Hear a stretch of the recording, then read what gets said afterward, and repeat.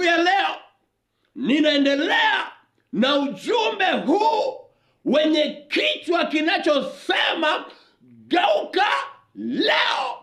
Kwa nini kugeuka? Kwa nini ugeuke? Tunageuka kwa sababu hatukujiumba wenyewe. Yupo Mungu muumbaji aliyeumba mbingu na nchi, kisha akatuumba na sisi kwa mfano wake tufanane naye. Kimsingi tufanane katika mwenendo, tumfananie katika kila jambo. Na ndio maana tuna ujumbe huu siku ya leo wenye kichwa kinachosema geuka leo. Tunageuka kutoka upande wa giza na kwenda katika upande wa nuru.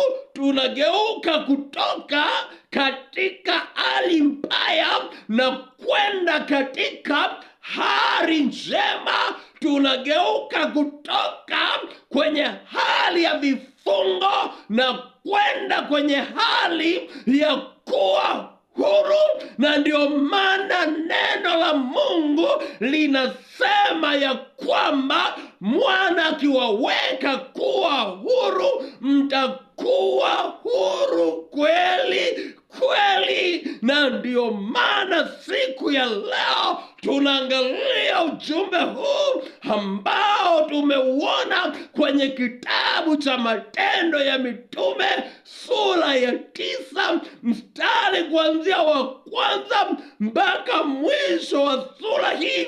Tunapoangalia maandiko haya, tulipoangalia maandiko haya, yanazungumza kwa habari ya mtu mmoja anayejulikana kwa jina la Sauli. Mtu huyu alikuwa ni mkorofi kweli kweli. Tunaona ya kwamba huyu Sauli akaomba barua kwa kuhani mkuu.